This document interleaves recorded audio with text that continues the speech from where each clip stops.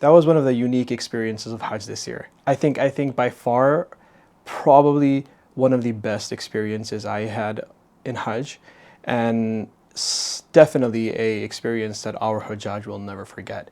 So we decided to go pelt the Jamarat, and we were trying to beat the rain. That's what happened.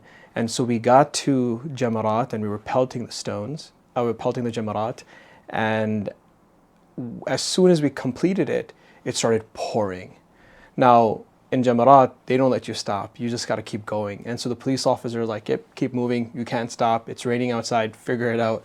They shut off the escalators.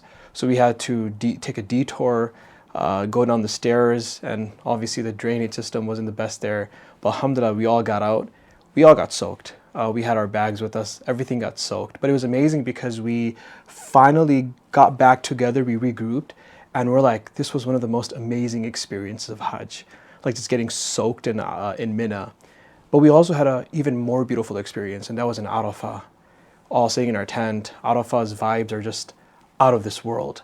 Everybody's trying to worship, everybody's making dua. And then as soon as it starts raining and drizzling, everybody just comes out of their tents. And as soon as the sky starts crying, you could just hear people and see people crying.